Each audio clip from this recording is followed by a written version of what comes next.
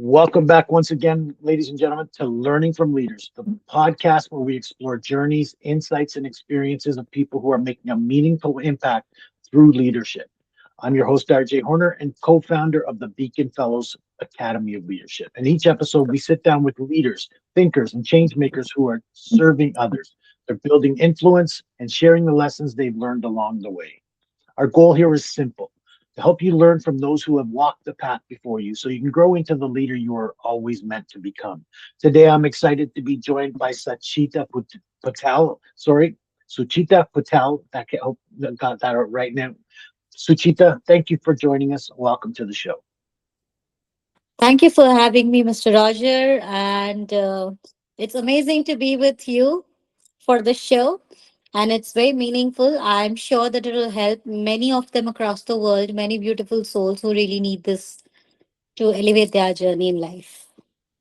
Absolutely. And we're going to dive into your leadership experiences, but let's help the leaders or listeners out there get to know you a little bit better. Tell us about yourself, who you work with, and what you're most passionate about. I, by profession, is an academician, a teacher, a mentor, and a coach. I'm also a chef. Now, all these things leads to the well-being somewhere. And with the gift of universe and the grace of God, and with the help of all my gurus, mentors who have taught me throughout my journey of life, right from my parents to my teachers, I have been a healer throughout my journey in many different ways. Being a spiritual healer as well as self love coach, and also counseling the souls who really need to boost their confidence, deal with their anxieties, somewhere deal with their depression. So I'm very, very grateful to the universe who have chosen me as a medium to help many souls across the world. And Mhm. being a teacher, I always have students around me who has always been, I'm really, really indebted to the universe and God that they have chosen me for those souls who can, wow, who can, rely on teacher for everything that they go through in life. So I'm very grateful for that. Absolutely. So you've had a lot of experience working with people, helping them grow, helping them develop into the person they're going to become. I truly love that we have been exposed to you today, and hopefully you got a lot of lessons to share with those people looking. And look, let's face it, you teach kids, but we have an adult audience here who, people who are maybe looking for a different path, looking to find validation, looking to delve deeper into their spirit to find out what's wrong or why they're not as successful as they may be. Um, so what led you to be a teacher? Let's talk about that. I don't know. Now, see, this journey of teaching had started when I was in my year 9 and year 10. Back then in my school days, I had my siblings at home. We were a joint family, and I had this habit of, making all my siblings sit around and have a wall as my blackboard and teach them. So it all began from there. And it was being an eldest daughter in the family, it was very natural that came through me. And along with that, I always had a spiritual backup with me because we in our house we had the rituals of doing the ritualistic things as the ritual norms in our daily life, as in principles, as a set discipline in life, that in the morning when you wake up you pray, you bow down to your elders, then the food festival, everything was all together. And that made me shape myself since my childhood till now what I am. And I feel that I learn every single day from the people I meet, not only the children who are at their teenage or even at the age of 6, but sometimes even the oldest who are at the age of 92 and 95 as well. So I mingle with each one of them. And I don't know, there is some pull, some attraction where everybody becomes so easy that they open up to me thinking that I have not met them for the first time, but they know me since ages. So Mhm. that's a God's gift to me. I love that. That's great that you've always been exposed to people. And I love that you just said you teach them from 6 years old to age 92, which is amazing because I always believe in lifelong learning. I believe we always have something to learn. And even on my deathbed, I want to be able to learn something new, right? So I love that you're teaching them at every span of life. But that's an opportunity which God has gifted me and has given me Mm, throughout my life journey. And I try to connect with the soul. I try to connect with the energies. I mhm. try to connect with the vibes of the people who are around me. So let's talk about that before we get into, because I'm going to ask you about mentors and all that stuff. But I just touched on something here is that you connect with the energy. So let's say you encounter a person who has, they're not as enthusiastic. They're feeling sad or depressed or something like that. How can you connect with that energy? Because you're a very cheerful, emotional person. How do you bring them from that negative energy into something more positive? To make them, feel them confident about themselves. Because nobody has spoken to them. I'll share one very small incident of one of my classroom journey. I was teaching year 12 kids in the classroom.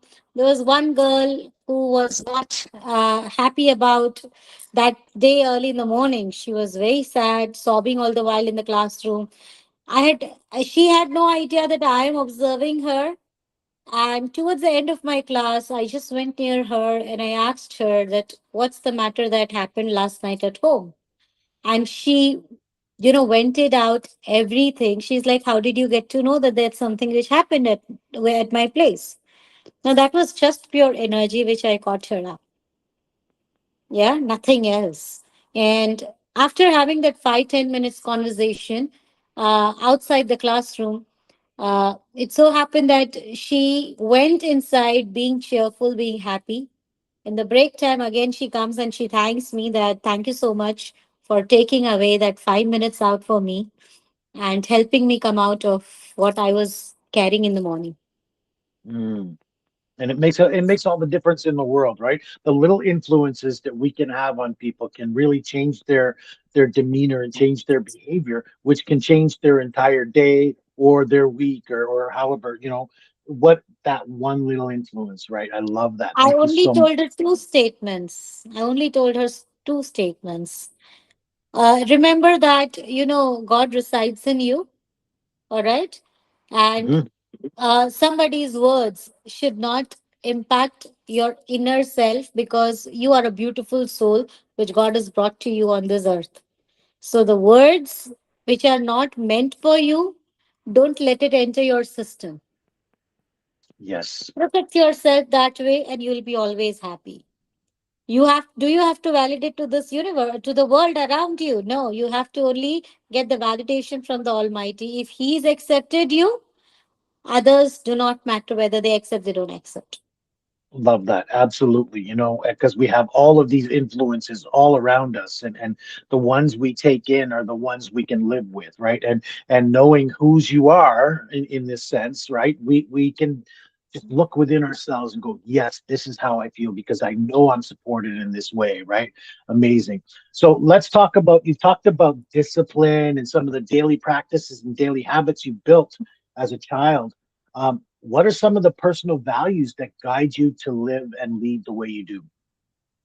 One very basic, discipline that in my family, which my grandmother, my mother, and then we as in children had imbibed is, no matter what people are, whoever comes to your house, whether he's rich, poor, whether he is a servant, maid, or a gardener, or if he's a your level, business tycoon or some more than you, much more richer than you, never lose your kindness. Be Mhm. always good to each and every soul who comes to your place. What a blessed gift to be able to do that, right? Because one of the basic human instincts is to judge people, right? To put a label on something, to determine that this person is this way, categorize them, and we've already put them in a bucket before we even get to know them, right? So I love that you're saying treat everybody the same way, treat everybody with genuine kindness, almost as if you would wish to be treated, right? Yeah. And in my family, we have one basic discipline is that whoever comes to your home, never let them go without eating some food. It becomes like, a blessing. It becomes like a prasad. So don't allow anybody go empty stomach. Feed Hmm. some, no Yes, matter love it. whoever it Feeding, is. feeding the body, feeding the heart, feeding the soul, right? Yeah. That was one principle that we all had to follow, irrespective of Hmm. whosoever it is. Hmm. Love that. And may it be So you talked. whatever time, sometimes somebody comes at 3 p.m. also, or in a midnight at 1 a.m. also. I've always seen my mother feeding them, whoever has come. And that same thing, she has given us as a legacy. So we also practice the same thing as the siblings. Yeah, and we, we are the product of our influences, right? We are the product of Yes, the people who have shown us such good values as well as bad values, right? We are the absolutely. product of what we see around us. So you talked about how you are a mentor to others as well as a teacher. What are some of the mentors or influences that have guided you on your journey? See, I have two sorts of mentors. The one who gave me primarily professional education in the schools, colleges, and universities, those mentors, and the other set of mentors who have given me spiritual strength and spiritual learning for my soul journey. So I have learned from each of the mentors in my life. The ones who are in the professional field have always taught me something called never give up on learning each day, each moment, with whoever you meet and wherever you are. Mhm, So that's one thing I have learned from them, because they at their age of 75 also never gave up on learning. So that is something which they taught me. And spiritual masters always taught me how to be grounded, how to be calm and composed, no matter whatever the situations are. mhm, So even if it's a good situation or even if it's a bad situation, how do you keep that balance in a calm and composed way? Don't get overexcited and don't get, depressed at the same point of time if things does not work for you. So mhm, that balance has been taught by my spiritual masters, where I learned from them a lot in elevating my soul journey and evolving myself internally rather than only outside. I love it. That's amazing. We have to rely on people, and I think choosing the right ones to follow is where we can kind of remain grounded. And you do seem like a very grounded, calm, energetically at peace type person. So, I mean, even you and I have known each other on and off for about a year now, and every time we interact, it's very relaxed, very um, supportive. So I love the way you treat people. I have to say, it's very genuine. Are you ready to step into your full leadership potential? To grow as a leader who inspires, empowers, and makes an impact? Welcome to the Beacon Fellows School of Leadership, a place where emerging leaders, coaches, and changemakers come together to master the skills, mindset, and strategies to lead with purpose. Through our immersive programs, you'll gain proven frameworks for building influence and authority, hands-on leadership development tools and workbooks, personalized guidance from experienced facilitators, a community of like-minded leaders committed to growth. Whether you're looking to lead a team, launch a movement, or simply grow in confidence and clarity, the Beacon Fellows School equips you with the skills, strategies, and support to shine as a leader in any arena. Join us today and start your journey to becoming a leader who leaves a lasting impact. Visit www.beaconfellows.com to learn more and secure your place at the Beacon Fellows School of Leadership. Your next step as a leader starts now. That's all gifted to me by the universe. I cannot do myself anything. Trust me. I actually mean it. If I can walk through multiple roles in my life, it is all the grace of God and the mentors and my parents who taught me what I am. Mm. They taught me that something called how do you manage your time. In the busy world, everybody has 24 hours in a day. Nobody has more than 24 hours. There is no 25 hours clock in the world. But in that, how do you take time for others and for yourself is equally important, though being busy. Yep. Priority is something that you set, and you value those priorities with the people who needs you and who are around you, not for Mm. the mere formality, is what Mhm. something I learned in my life. I love that. So, I mean, and I love what you just said is that priorities and boundaries as well is something that you set. Much like an alarm clock, right? We're talking about the hours in the day. You can set that alarm clock, but do you honor that alarm clock, right? Do you, okay, it's time to do this. Do you do that, right? No, a lot of people push snooze or push, turn it off and move on to whatever they're doing. But with respect and boundaries, do we honor that, right? Do we give it the time of day that it deserves? True. You have to know how Um, to give time to yourself. See, in today's time, I have so many parents who at times come and tell me that, we don't get time for ourselves. And I always tell them, I'm very sorry if you say me that, because we all have 24 hours. You do have a time to, scroll the reels that comes on your mobile, and you say you don't have 5 minutes for your own self to, dive within yourself and self introspect. I don't agree to that.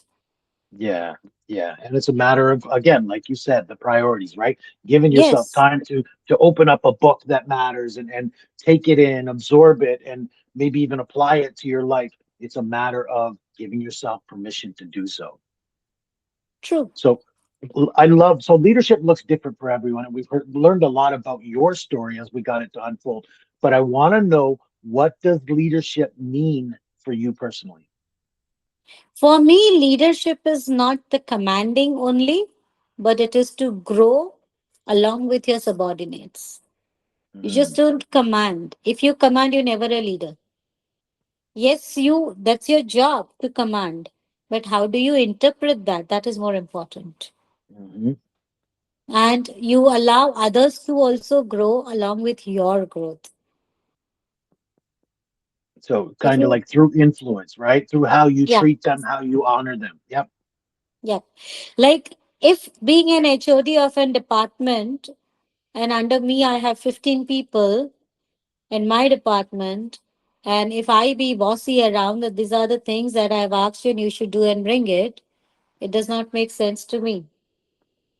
Did I ask them what are their difficulties and how are they going to manage? What is their floor plan? Mm, That's something which I need to investigate sitting with them. love it. Because again, so you mentioned how this what you call leadership was really come natural for you with your siblings and being the older sibling. You've always kind of led people, but you mentioned also that you're authority of a department within your academic institution. What was it like stepping into that role in leadership? Did you find any issues? Was it an easy transition for you? Please talk about that. Well, I did not find any issue in accepting it, but I always made myself very conscious when I was executing with my team because you have to cater right from FS to year 12 and 13, all the subordinates who I have with me.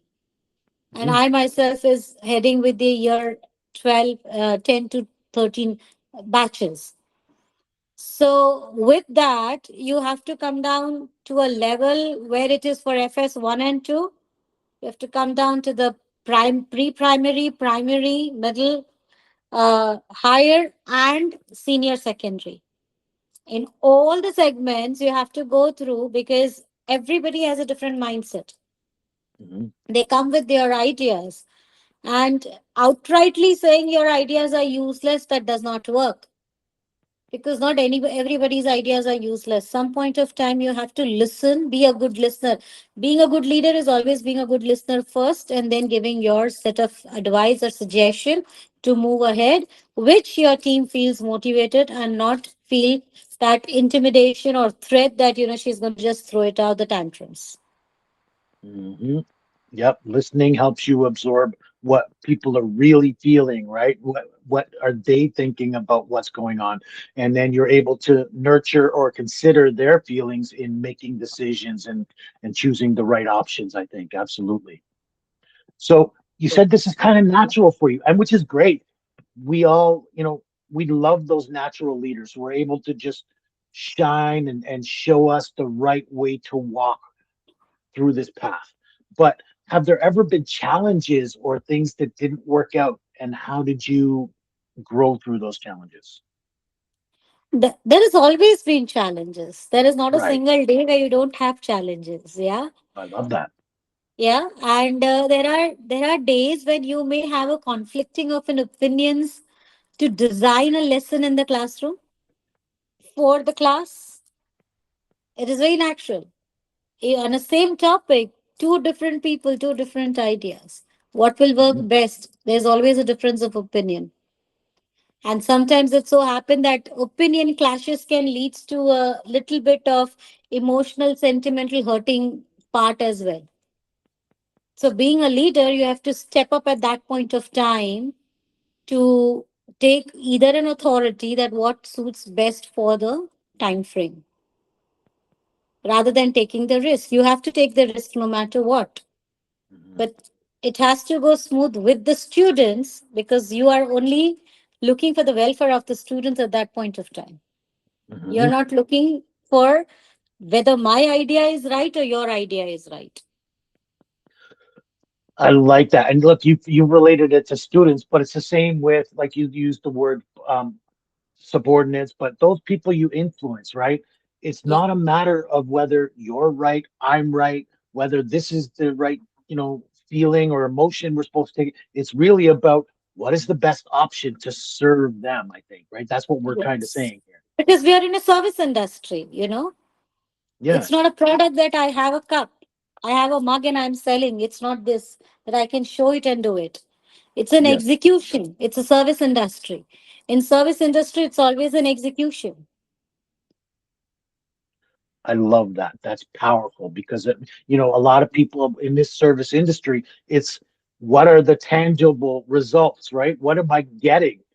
But you can't verify what you're getting because your outcome is different from their outcome, is different from their outcome. And it's about serving and the way we execute on this person that we're trying to serve.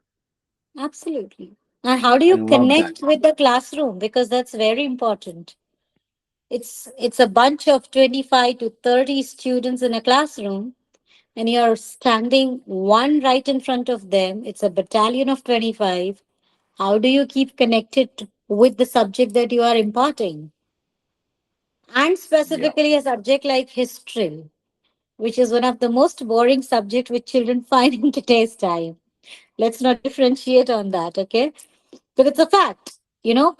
Students generally in today's time don't like to study history because I remember and I do know my students say, why do we have to study history when people are dead, done, buried? They are happy in their space where they are. Why am I supposed to study about him? He's no more there.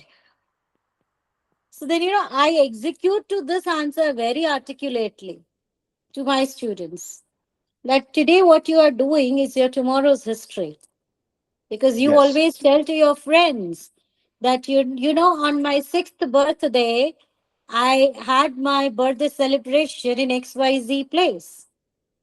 I had this theme of a party. So don't you reminisce your moments? You do.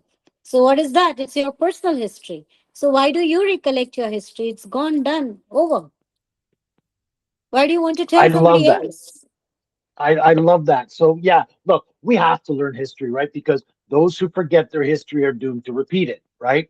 So that as one of the expressions. But I take from that, look, I've had both types of teachers as far as history. The one who came into the classroom and just taught this is what happened, and it was very much a lecture, and he'd write some things down on the board, and we were supposed to observe the things that he wrote down on the board.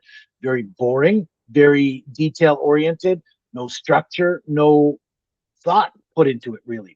But then I've had the other side of the table where the teacher would come in, she'd talk about history, she'd teach us a lesson, but then she'd allow us to examine it, right? Because we all want to, oh, what I would have done this or I would have done. But so the idea is to take a lesson from the history. Yes, you're learning the history, but you're involved in the history rather than just observing it. In my classroom, I have always done one thing, okay? Being as a teacher, as an head of the department, whatever role I may play. But I've always done one thing. I've given students permission to talk about their opinions based on the event and incidences that we discuss in the classroom. Yes, absolutely. Because then, again, unless they're engaged, unless they're involved, they're not picking anything out of it, right? And I think the idea, even in teaching in history, is to learn from the experience. Yes. So I always Wonderful. connect them with the present time. So when, I'll just give you a sample of example. When COVID came up, we all had, online classes and online studies. So I had to teach children about the First World War and a Second World War time frame. And one of my class, when I started teaching First World War, and I was talking about the consequences of the First World War. So we learned the consequences of the trench warfare. That was the key concept that we were learning, and how the spread of disease took place. So I related with the COVID, how COVID had spread from one corner of the world to the rest entire world. And trench warfare and the disease that spread out after the First World War in a form of an epidemic. How did that happen? So class related the current event of COVID to back then of 1928 time frame, and Mm. 1930 the cholera and a plague which was spread out. Hmm. So it Because was everybody very took it back home relatable with for them. them. Yeah. Again, those who forget their history are doomed to repeat it, right? Because people had forgotten these things that happened in World War I. We almost forgot how to deal with the pandemic that was hitting the world on a mass scale. Yeah. So I that love that. connectivity setting was very important, so that that they also understand that this is not happening first time in the world. It has happened earlier also. Back then also people dealt with it. Now it's our turn to deal with it. You are answering all of my questions, like just in the conversations we're having. So you're leaving me without questions to talk about. But so we've talked about, look, we have to remember who we are as people, why we're doing things, what we're working for. And I think that boils down to, as we've mentioned already on this show, is that serving the people is what matters most. I think, look, we all have lives we want to live as individuals, right? But when we're working to serve others out there, really that's where we find value in ourselves. So what motivates you to maintain your commitment to serving others? Only one thing is that when students and parents come and tell me that what you taught in the classroom, even if I have not written, but I remember each and every single word that you discussed in the classroom.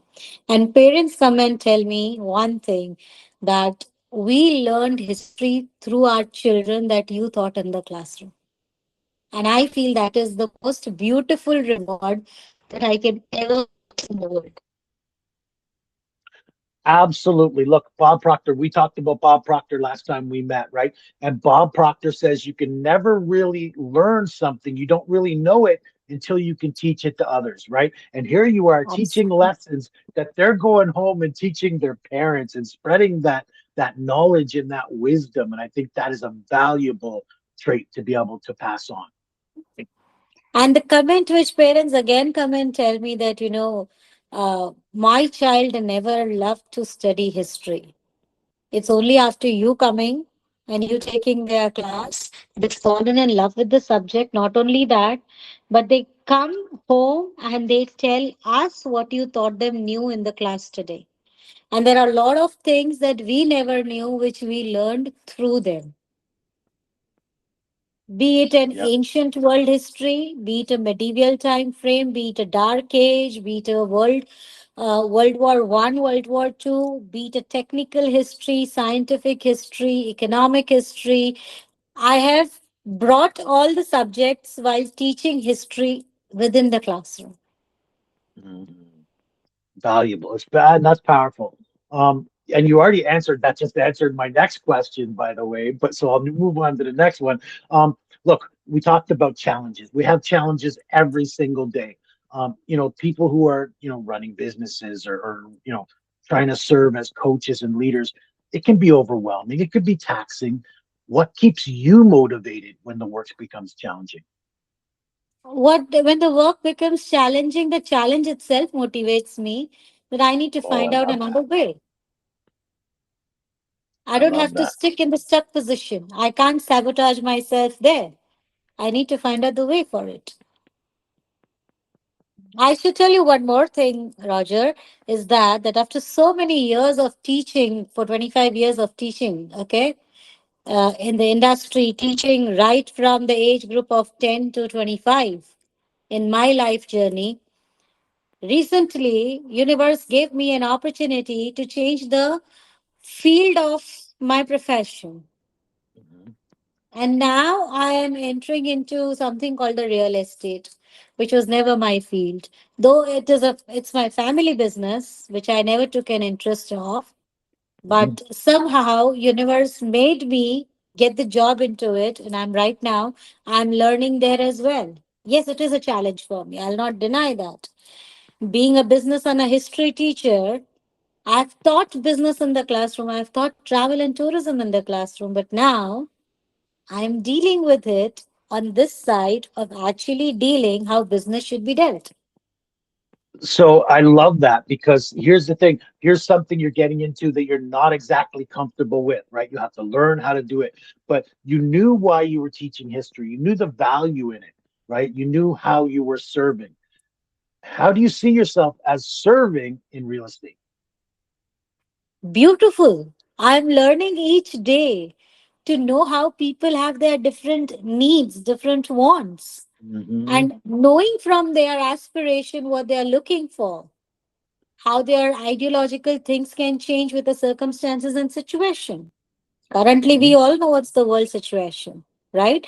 The ones who told me few days ago that they are very keen in going ahead and purchasing their new home, their dream home, and with the situation, they kept it on a hold. So, how do I deal with this situation now, right? Hmm. So, only one thing over here I've learned, it's a personal communication and personal touch with your clients to ask them whether they are good, whether they are okay, they are safe. That gives them that confidence that, okay, in future, if I want to go ahead, I need to see her. Hmm. I love that. So I do want to ask this question then, because you're transitioning into a new role. You're still. I'm going to assume you're still teaching. You haven't stopped teaching, right? No, I haven't stopped Perfect. teaching. I still teach and I still do this. And I'm Perfect. learning here. I'm a student over here right now. Yes, ma'am. Yes, I love that. We're not, look, we're all students, we're all teachers. It doesn't matter which phase of life we're in.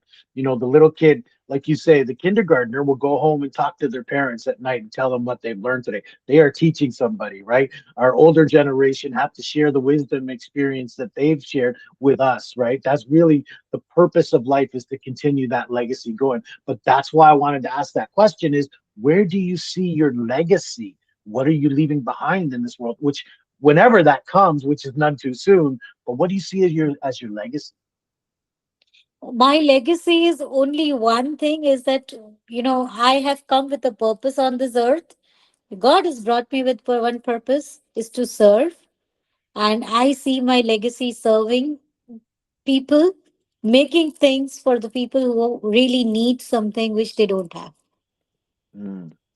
So, is there any habits or disciplines that helped you transition into this new experience? No, I don't think any habits. What I think was that I took it as a challenge. Mm. Trust An me, opportunity to grow. while I was applying for my jobs after losing one of my job, This was during the COVID time. I lost the job, and almost for 5 years I didn't had a job, and I was applying everywhere. Okay, I did get selected, interviewed, everything, and I got selected also. Discussed with the salary package, everything.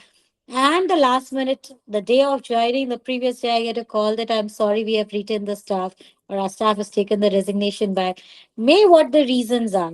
But universe always brought me to the standstill after bringing the entire journey to put it in my hand. And Hmm. all of a sudden, this just landed. I was called for the interview, I was asked, and then they said that, okay, I shared what was my problem.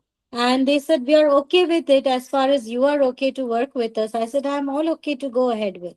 And they asked me, you don't come from this background. Don't you feel intimidated? I said, no, I feel rather I have little of a background because back home my family has it. Though I never took an interest in that. But I don't know what God made me to take this time, this step, and that force from the universe which God has written for me, and I have taken it. So Hmm. I take this as a new chapter which God has opened for me, for learning also, and to elevating myself also, and to know where my strengths are rather than holding up my strength and not exploring it. Your message matters. Your expertise has value. Learn how to share it with the world and become the authority people are looking for. Don't miss this special live training with best-selling author Raymond Aaron, who has authored or co-authored 147 books. And he's discovered one powerful strategy that has opened more doors, created more opportunities, and generated tremendous wealth for his clients. In this free webinar, you'll learn how to build your brand, position yourself as the go-to authority in your market, attract more clients, and dramatically increase your income through the power of authorship. Don't wait. Visit www.beaconfellows.com/101010 or click the link in the show notes. And so I love what I'm hearing you saying. And for people out there, I just want to reiterate that, I'm hearing you saying that God sent you in a direction, maybe gave you the idea that this was something you should explore, and you embraced it. You jumped into it, right? Because that's something that can scare a lot of people out there. So I love where that people, the lesson that people can take from that. It's not that I'm not scared, but Right. then more than a scare, more than a fear, what I feel is that God is filling me and trying to teach me to explore what He has gifted me, which I have never explored so far. So, right now, I'm exploring that strength, what He gifted me. Mhm. And He's making me utilize that skill of connecting to the hearts, which I did with the students, that I'm Mhm. supposed to do with the clients. Love it. Love it. And look, that's transitioning from one home to another is something that is very important to people, very intimidating to people, and getting it just right is something that can help set them up for the next 10, 15, 20 years of their life. So very vital, very important, very valuable skill to have. So I love that. Thank you for that. One question I do want to know is, do you believe that there are any mistakes out there that leaders should avoid making? There are certain things that one should avoid making as a leader. Is to One thing is to lose the calm when you're dealing with people, your staff Very or good. client. Very good. And Learn to be look, we don't even have. composed in any situation. That's one thing one any leader has to learn. Thank you, because a lot of times people will say, yeah, you should avoid, um, and usually it's the tangible mistakes, right? The things we want not to get wrong. But I love what you said in that, you know, it's the one thing that we possess. We have an opportunity to avoid this and come off better in how we serve people. So I love that. Um, so let me see, I guess, what should people do, or how do you feel people? I know this came naturally to you, but how do you feel people might best be able to set themselves up as an authority if they were just starting out? Can you repeat the question? I didn't get your So, question. so people who want to jump into this leadership space, they feel called to serve. Again, we've talked about how you were scared, or you're scared and you did it anyway. But is there a way that people could step into this leadership role? Where would they begin? How do they step into something that they're being called to do? Okay, see, one thing one has to learn that even if you may have your boss who was your leader, and maybe he is not as composed and calm as what you are, or whatever, he may be a harsh leader with you. But if you learn from that and you start behaving, saying that under me, if I have my staff, I'll also do the same, then you're not a leader. You have not learned the right thing. You have to set your own goals being a leader, how you want to be, whether you want to be an intimidating leader, whether you want to be micromanagement leader, what 90% or other people think, or you want to be a true leader who grow along with making your staff also grow with you. Mm. You want to take So, along the fleet, or you just want to be a dictating leader. What you want to be, you have to decide.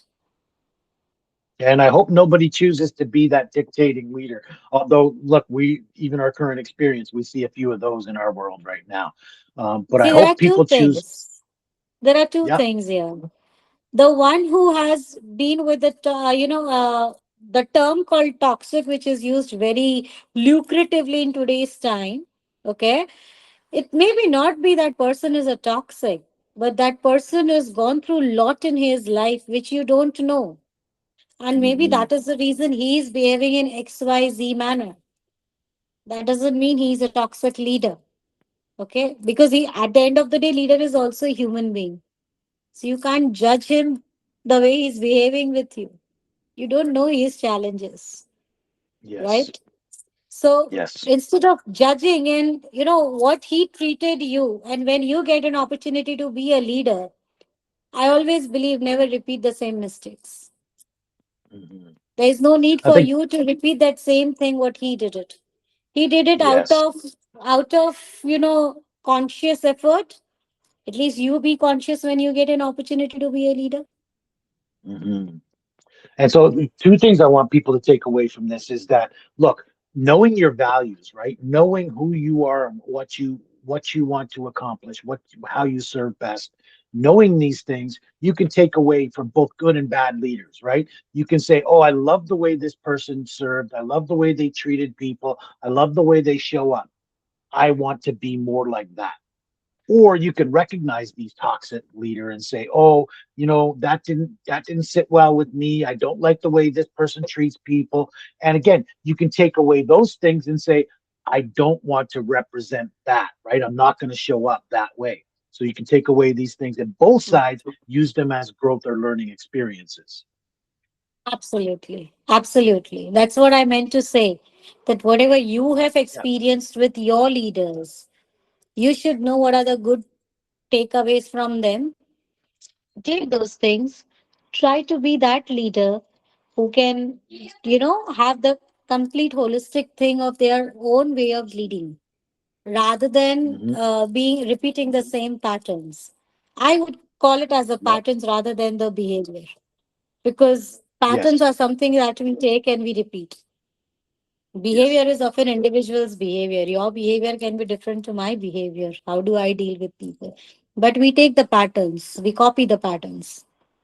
And patterns are often unconscious, whereas I think behavior is a choice, right? We Yes, know how we're yes, coming across, and we have the opportunity to change that at any moment. I also think that we have the opportunity to influence that toxic leader, you know what I mean, by going before them and treating them well, even though they may be treating others, or including yourself, badly. You can still fill them with love, respond to them with love and kindness, and you can maybe influence that leader without saying, "Look, you're a bad leader. I hate the way you do this. You treat everybody."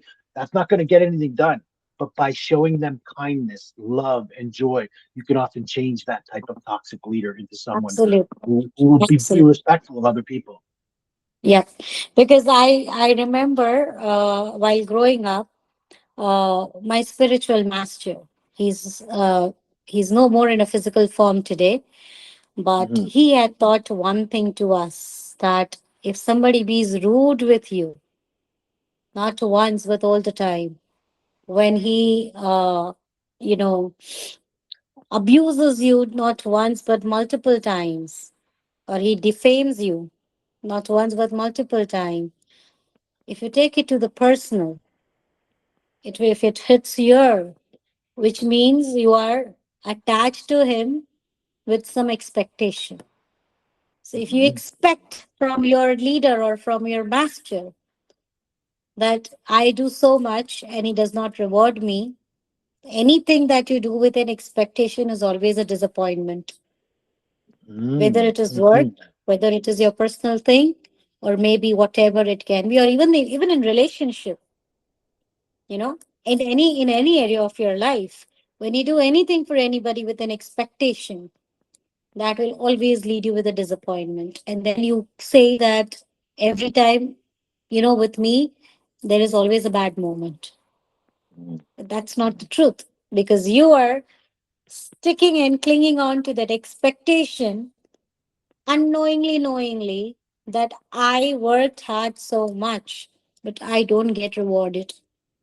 Yep. You're seeking the validation because of the expectation. Whereas your internal Yes. conscious know that you have done your job. So you Yeah. validate your own work and your own self. That is more important than rather others validating you. Yes, let's Yeah. be practical in the practical world, that when you are working in a corporate, when you're working in the real life areas of your life, you always seek that validation because you want the rewards. Yep. I have learned one thing, that being a teacher, the trophy which you get recognizing that you're the best teacher, you're a best XYZ, that is not what I want. If you have touched at least out of 100, 25 students' life and their hearts, that is the best reward. Because what they are Mm. going to become in their life, they will always remember you. They'll always Yes. know that, this one was there who changed my life patterns, who brought that Mhm. one influence that changed my entire life. And that is the reward which I consider. Yep. I can still remember some of the greatest teachers in my life, and I'm 50 something right now. And, I still remember those few teachers who have influenced my life over their time. And I think that there is your legacy, right? So, is Yes. before we get in, I have one more question to ask you, but before we get to that question, um, is there a way that people could connect back with you if they wanted to learn more about you or they wanted to work with you? Anytime I'm on Instagram, I'm on Facebook, wherever they want, they can connect with me. Perfect, perfect. And so we will hopefully connect people back to you and get you to add value to others through this show. So, I mean, you've talked about a lot. You've left people with a lot of value today. The one question I always ask at the end of this show is there one leadership message you'd want every listener to remember? What would that be? Before being a leader, be a human and then be a leader. And I don't think you need to say any more on that.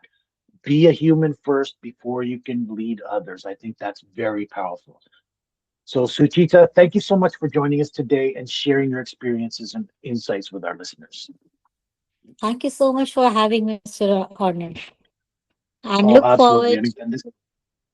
forward to have many more sessions of our communication the way we did today, and many more things to learn from you as well.